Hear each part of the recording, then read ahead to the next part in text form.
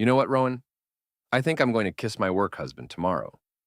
Raina said it with that laugh she did when she thought she was being clever. That little giggle that used to make me smile but now made my jaw clench. We were sitting at our kitchen table, her picking at leftover Chinese takeout, while scrolling through her phone, me nursing a beer and pretending to watch the evening news. Sure, I said, keeping my voice level. Go ahead. She looked up from her screen, eyebrows raised. Really? Just like that? Why not? You've been joking about this Bryce guy for months.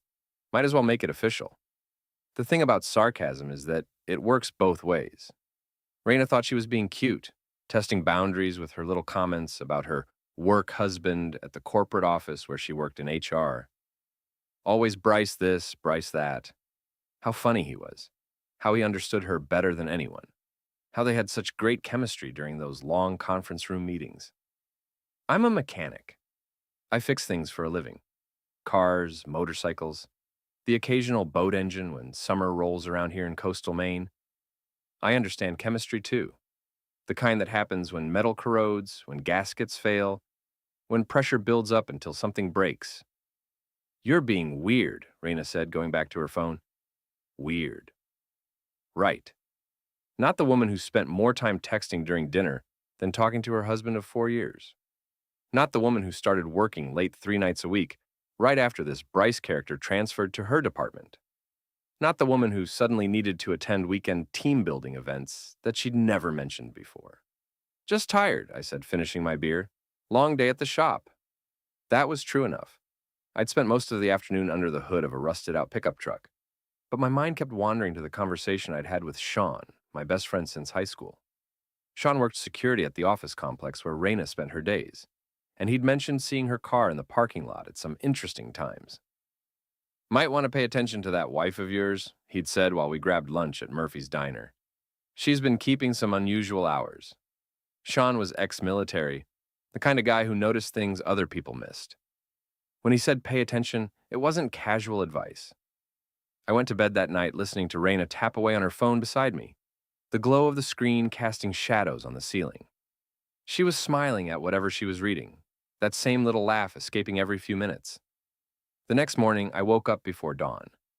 Raina was still asleep, her phone charging on the nightstand, her face peaceful in a way that made me remember why I'd married her in the first place.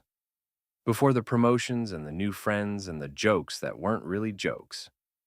I made coffee in the kitchen, standing at the window that looked out over our small backyard.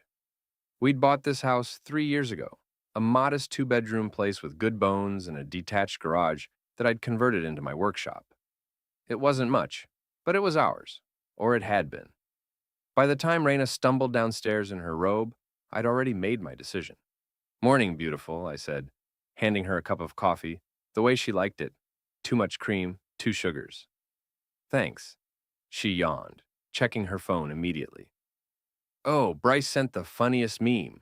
You want to see? Actually, I've got something for you first. I walked to the kitchen table, where I'd laid out 2 items, a manila envelope and her office security badge. What's this? She asked, picking up the badge. Why do you have why won't this work? She was pressing the button, but the little LED that usually blinked green stayed dark. Disabled it about an hour ago, I said calmly. Friend of mine in building maintenance owed me a favor. Raina's face went through several expressions, confusion, annoyance, then something that might have been panic. Rowan, what the hell? I need this for work. I've got meetings today. Open the envelope. Her hands shook slightly as she tore it open. Inside were divorce papers, neatly prepared and ready for her signature. Also a detailed breakdown of our shared assets, property division, and a timeline for her to find new living arrangements. You can't be serious?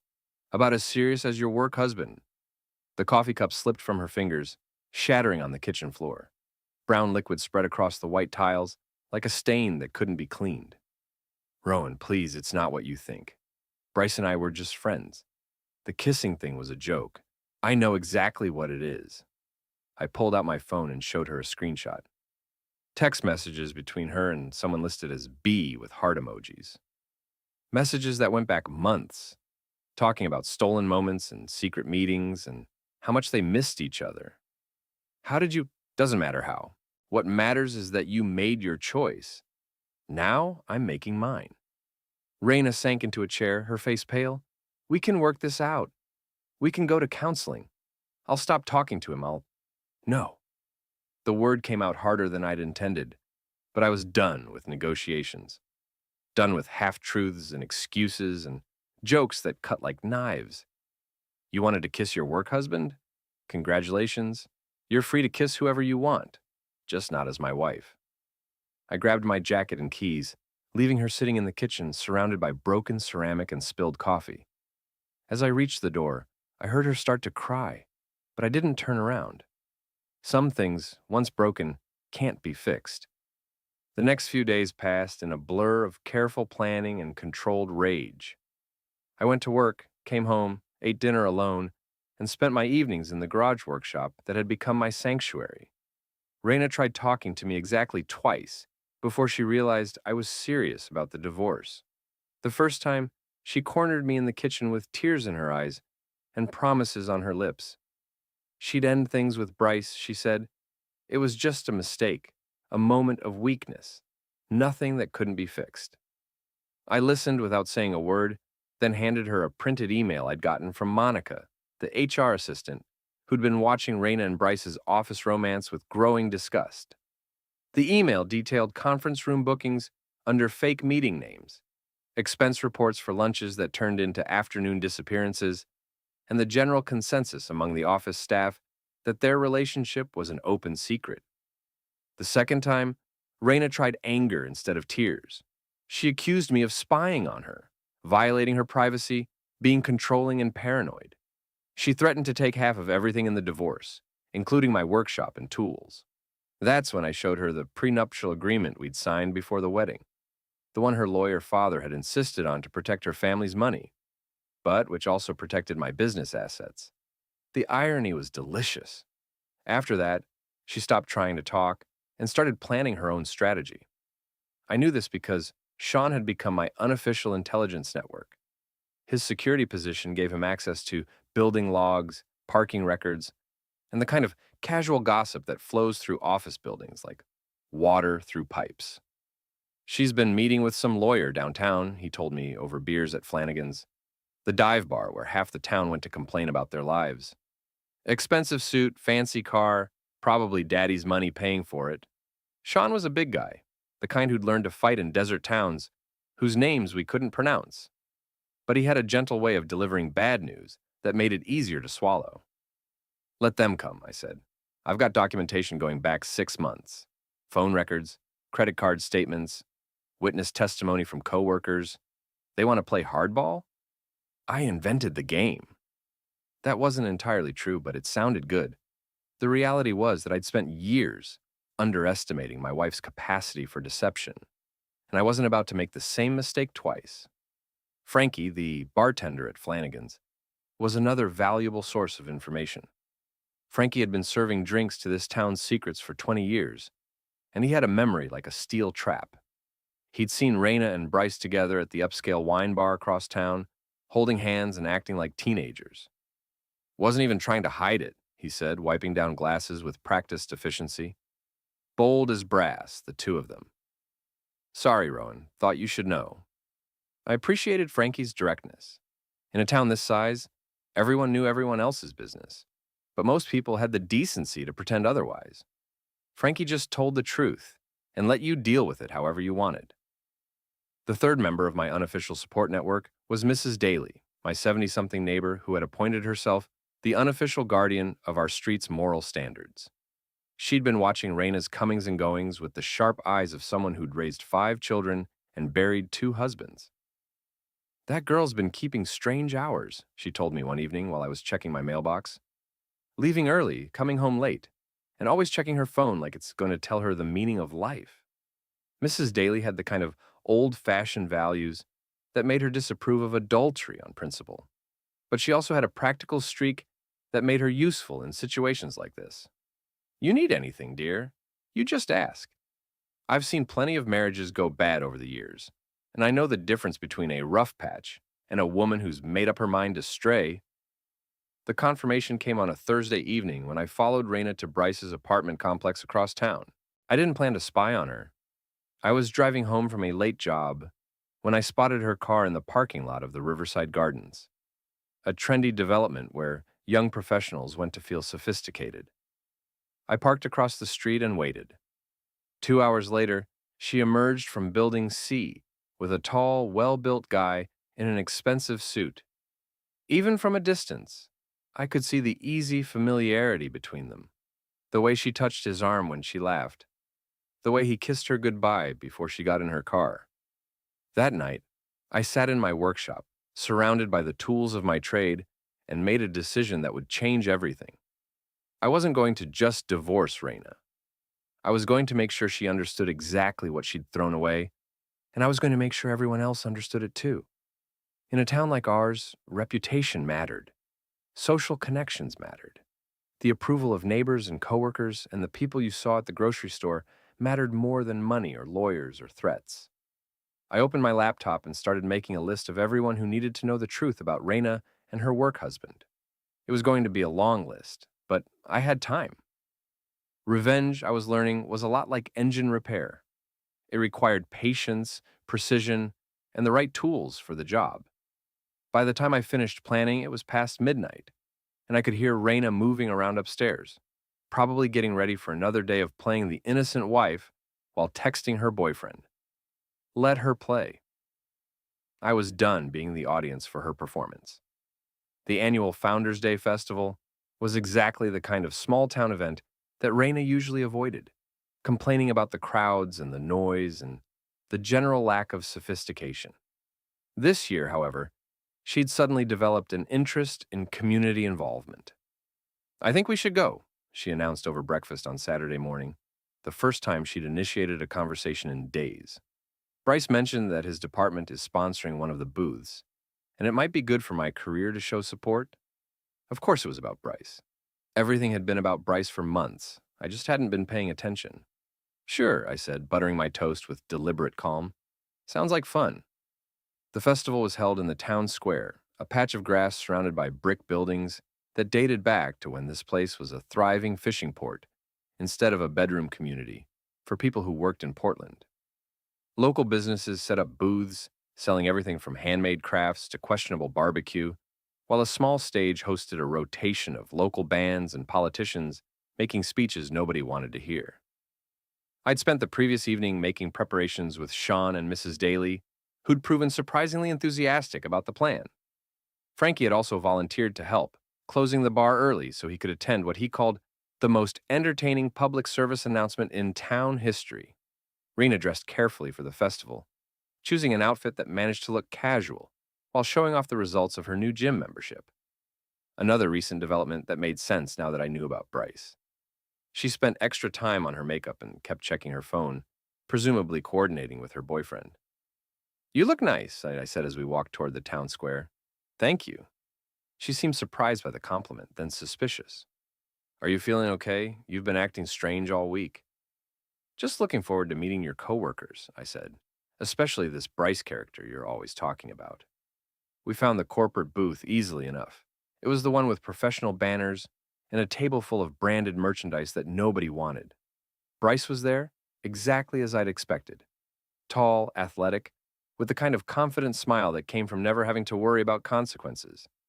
He was talking to a small group of people, including Lila Hayes, Raina's best friend and office enabler. Lila was the kind of woman who lived vicariously through other people's drama, encouraging bad decisions while maintaining plausible deniability about her own involvement. "There they are," Raina said, waving as we approached. Bryce looked up and his smile faltered slightly when he saw me. We'd never met, but apparently Raina had described me well enough that he recognized the husband he was helping to betray. "Bryce, this is Rowan," Raina said with forced cheerfulness. "Rowan, meet my work husband." She said it like a joke, but I could see the tension in her shoulders, the way she glanced between us like she was watching a tennis match. "Nice to finally meet you," Bryce said, extending his hand. His grip was firm, probably practiced in a dozen corporate networking events.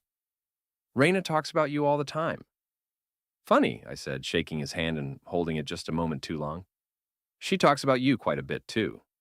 Work husband, right? That's an interesting title."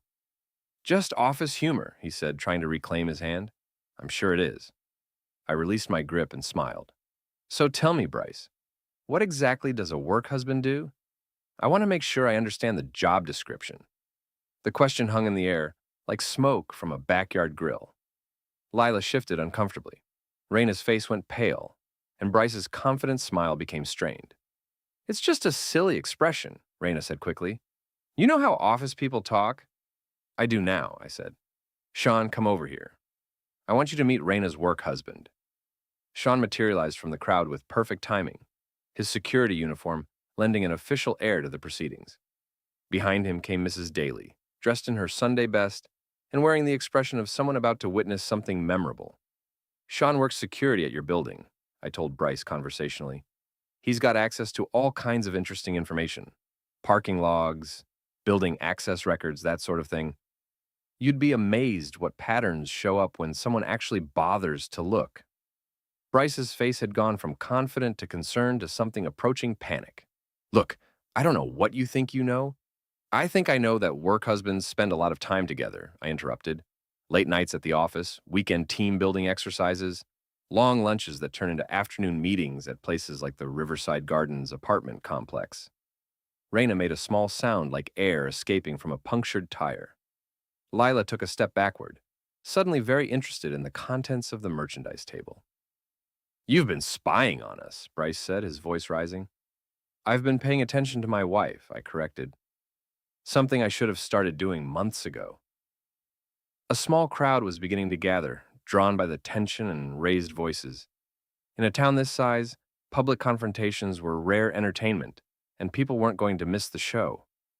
Rowan, please, Raina said quietly. Can we discuss this at home? Why? You've been discussing your relationship with Bryce everywhere else. The office, restaurants, his apartment. Seems only fair that I get to join the conversation. Bryce stepped forward, his chest puffed out in what was probably supposed to be an intimidating display. You need to back off, buddy. You're embarrassing your wife. My wife embarrassed herself, I said calmly. I'm just making sure everyone knows about it. That's when Bryce made his mistake. He grabbed my shoulder, probably intending to turn me away from the crowd or push me back or otherwise assert his dominance in the situation. I'd been hoping he would do something like that. I shifted my weight and stepped to the side, letting his momentum carry him forward while I stuck out my foot. Physics did the rest. Bryce stumbled, windmilled his arms for balance, and landed face first in the muddy patch where the beer vendor had been washing glasses. The crowd erupted in laughter and applause. Someone started taking pictures. Bryce struggled to his feet, his expensive clothes covered in mud and grass stains, his dignity somewhere in the dirt behind him. Oops, I said, sorry about that. These festival grounds can be tricky to navigate. Raina was staring at me with an expression I'd never seen before. Part shock, part horror, part something that might have been admiration. Lila had disappeared entirely, probably calculating how quickly she could distance herself from the disaster. You're crazy, Bryce said, wiping mud from his face. No, I replied. I'm just a guy who doesn't like being made a fool of. There's a difference. As the crowd began to disperse, chattering excitedly about what they'd witnessed, I leaned close to Raina and spoke quietly enough that only she could hear. That was just the opening act, I said. The real show starts Monday morning. Monday morning arrived with the kind of crisp autumn air that made everything seem possible. I was in my workshop by 7, organizing tools and preparing for what promised to be an interesting week when my phone buzzed with a text from Monica.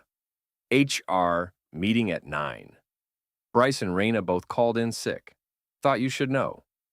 Monica had become an unexpected ally in this whole mess, motivated less by loyalty to me than by disgust at Raina and Bryce's unprofessional behavior. As the HR assistant, she'd been forced to cover for their absences and reschedule their meetings while they conducted their affair on company time. Appreciate the heads up, I texted back. I'd spent Sunday evening preparing for this phase of the operation, assembling a comprehensive dossier of evidence that would be impossible for Raina and Bryce to explain away. Phone records showing hundreds of personal calls during work hours. Credit card statements revealing lunches and hotel visits charged to company accounts. Witness statements from coworkers who'd grown tired of covering for their obvious relationship. The beauty of going after them professionally was that it didn't require any illegal activity on my part. I was simply documenting behavior that violated company policy and presenting it to the appropriate authorities. If they'd been more discreet about their affair, this approach wouldn't have worked, but they'd been careless, arrogant, and stupid. At 10 o'clock, I called the main HR number and asked to speak with the department director, a no-nonsense woman named Patricia Chen, who'd built her career on maintaining professional standards in the workplace. Ms. Chen, my name is Rowan Carrick. I'm calling to report a situation involving my wife, Rena Carrick, and her coworker, Bryce Leston, that I believe violates company policy regarding workplace relationships and misuse of company resources. There was a pause. Mr. Carrick, I'm going to need you to come in and make a formal statement. Can you be here this afternoon? I can be there in an hour. The corporate offices occupied 3 floors of a glass building that was supposed to represent progress and innovation, but mostly just reflected the parking lot. I'd only been there a few times for company parties and holiday events, always feeling out of place among the suits and ties and people who earned their living with keyboards instead of wrenches. Monica met me in the lobby, her expression somewhere between nervous and excited. She was younger than Rena, probably fresh out of college, with the kind of earnest professionalism that made her perfect for this role. Ms. Chen is waiting for you in conference room B, she said, leading me to the elevator. I've prepared copies of all the documentation you requested. The evidence was even more damaging than I'd expected. Monica had been keeping detailed records of Rena and Bryce's activities, partly out of professional obligation and partly out of personal frustration at having to cover for their behavior. They've been using the conference rooms for personal meetings, she explained as we walked down the hallway, booking them under fake project names, sometimes for hours at a time. Other employees have complained about not being able to reserve space for legitimate business purposes. Mrs. Chen turned out to be exactly what I'd hoped for, a professional administrator with no patience for office drama and a clear understanding of liability issues. She listened to my presentation without comment, reviewing the documentation with the focused attention of someone who dealt with similar situations before. This is quite comprehensive, she said finally. I assume you're planning to divorce your wife? The papers have been filed. I'm not looking for revenge, Ms. Chen. I just think the company should know what kind of behavior has been happening on company time and property. That wasn't entirely true. Revenge was exactly what I was looking for. But it sounded better to frame it as a matter of corporate responsibility. We'll need to conduct a formal investigation, she said. I'll be interviewing both employees as well as other staff members who may have witnessed inappropriate behavior. Depending on what we find, this could result in disciplinary action up to and including termination. I understand. I just want the truth to come out. By Tuesday afternoon, the investigation was in full swing. Sean reported that both Rena and Bryce had been called in for individual meetings with HR, and that the atmosphere in the office was tense. Word was spreading quickly through the building that the company's golden couple was in serious trouble. Wednesday brought the first real consequences. Monica texted me that Bryce had been suspended pending the outcome of the investigation. Rena was still working, but she'd been moved to a different department and was being supervised closely. She looks terrible, Monica wrote, like she hasn't slept in days. Lila's been avoiding her completely. That was interesting. Lila's abandonment of Rena suggested that the social consequences were spreading beyond the workplace. In a community like ours, being associated with a scandal could damage your reputation by proximity. Thursday evening, I got the call I'd been waiting for. Rena's voice was small and defeated when she spoke. They're going to fire me, she said. HR found evidence of policy violations, misuse of company resources, inappropriate workplace relationships, falsifying expense reports. I'm meeting with them tomorrow morning to discuss my options.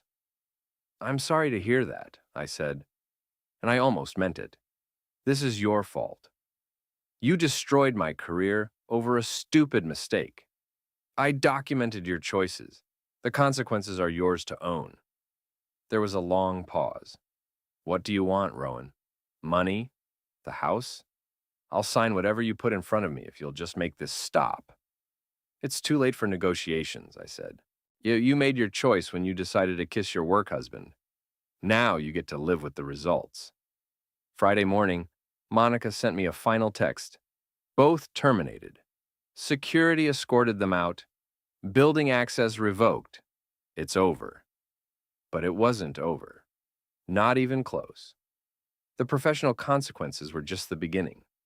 Now came the part where I made sure everyone in town understood exactly what kind of person Raina really was, and what happened to people who thought they could humiliate me without consequences. The termination of Raina and Bryce created ripples that spread through our small community like cracks in ice. By Friday evening, the story had reached Flanagan's bar, where Frankie was holding court with a crowd of regulars who hung on every detail of the scandal. Walked them right out the front door, Sean was telling anyone who would listen. Security escort and everything. 20 years I've been working that building, never seen anything like it. I sat at the bar nursing a beer and listening to the commentary. In a town where the biggest excitement usually involved high school football games and the occasional drunk driving arrest, a workplace affair that resulted in public humiliation and termination was prime entertainment. Always thought there was something off about that girl, said Tommy Brennan, who ran the hardware store where Rena occasionally shopped. Too good for the rest of us, you know? Always acting like she was doing you a favor just by being here. That wasn't entirely fair, but I wasn't going to correct him. Rena had developed a certain attitude over the past few years, especially after her promotion started coming through. She'd begun to see herself as somehow above the blue-collar community where we lived, destined for bigger and better things. Apparently, bigger and better things included unemployment and public disgrace. "What are you going to do about the house?" asked Janet Morrison, who worked at the bank and processed most of the town's mortgages. She going to be able to make her half of the payments without a job? That's her problem to solve, I said. The divorce papers are pretty clear about financial responsibilities. Mrs. Daly appeared at my elbow, having somehow convinced Frankie to serve her a glass of wine, despite the fact that she usually disapproved of drinking establishments on principle. "That girl's parents are in town," she announced. "Saw them at the house this afternoon. Big fancy car, lots of suitcases. Looked like they were planning to stay a while." This was interesting news. Raina's parents lived in Massachusetts, where her father practiced law and her mother organized charity events for people who had more money than sense. They'd never approved of me or our marriage, making it clear that they considered their daughter's choice to marry a mechanic a temporary lapse in judgment that would eventually be corrected. "Probably here to help her figure out her next move," I said. "Or to cause trouble for you," Mrs. Daly replied. "That father of hers has the look of a man who's used to getting his way through intimidation and expensive lawyers." She wasn't wrong. Richard Hartwell was the kind of attorney who specialized in making problems disappear through a combination of legal maneuvering and financial pressure. He'd made his disapproval of me clear from the day we met, treating me like a temporary inconvenience that would eventually be resolved. Saturday morning, I got my chance to see what kind of resolution he had in mind. I was in my workshop, rebuilding the carburetor on a classic Mustang, when a black Mercedes pulled into my driveway. Richard Hartwell emerged from the driver's seat wearing a suit that probably cost more than most people's monthly salary. He knocked on the workshop door with the kind of authority that suggested he was used to immediate responses. "Mr. Carrick, I'm Richard Hartwell, Rena's father. I think we need to talk." "About what?" "About this ridiculous situation you've created. My daughter made a mistake, but destroying her career and humiliating her publicly is completely disproportionate to whatever offense you think she committed." I set down my tools and wiped my hands on a rag, taking my time before responding. Richard Hartwell was used to intimidating people with his presence and his reputation, but I'd dealt with plenty of difficult customers over the years. The key was to stay calm and let them make the mistakes. "Your daughter had an affair," I said simply. "I documented it and filed for divorce. Everything else is just consequences. She's willing to end the relationship and go to counseling. We're prepared to make a substantial financial offer to compensate you for your emotional distress and help you both start fresh. How substantial? His eyes lit up, probably thinking he'd found my price. $50,000, cash. Plus, we'll cover all the legal fees for an uncontested divorce. It was more money than I'd ever had at one time, enough to expand my business or buy a better house or take the kind of vacation that people like me usually only dreamed about. It was also exactly the kind of solution that Richard Hartwell specialized in, throwing money at problems until they disappeared. That's a generous offer, I said. I'm glad you're being reasonable about this. Unfortunately, I'm not interested in being reasonable. Your daughter humiliated me in front of my friends, my neighbors, and my community. Money doesn't fix that kind of damage. His expression hardened. Then, what do you want? I want her to understand that actions have consequences. I want everyone who knows us to understand what kind of person she really is, and I want her to remember this for the rest of her life. That's vindictive and petty. That's justice. Richard Hartwell stared at me for a long moment, probably calculating whether threats or additional money might change my position. When he realized that neither approach would work, his mask of professional courtesy slipped. You're making a mistake, Mr. Carrick. My daughter deserves better than this and better than you. If you won't accept a reasonable settlement, we'll fight this in court. We'll challenge the prenuptial agreement, claim emotional abuse, make your life very difficult. Go ahead, I said. I've got documentation of everything, including this conversation. Attempted bribery followed by threats of false accusations should play well in front of a judge. I pulled out my phone, which had been recording since he'd knocked on my door. Richard Hartwell's face went pale as he realized his mistake. You can't use that. Massachusetts is a two-party consent state for recordings. Good thing we're in Maine then, one-party consent state. This recording is completely legal. He stood there for another moment, probably running through his legal options and realizing that he'd just made his daughter's situation significantly worse. Then, he turned and walked back to his Mercedes without another word. As he drove away, I saw the curtain twitch in Mrs. Daly's front window. By evening, the entire neighborhood would know that Raina's father had tried to buy me off and failed. By Monday, the whole town would know. The social warfare was escalating, and I was winning every battle.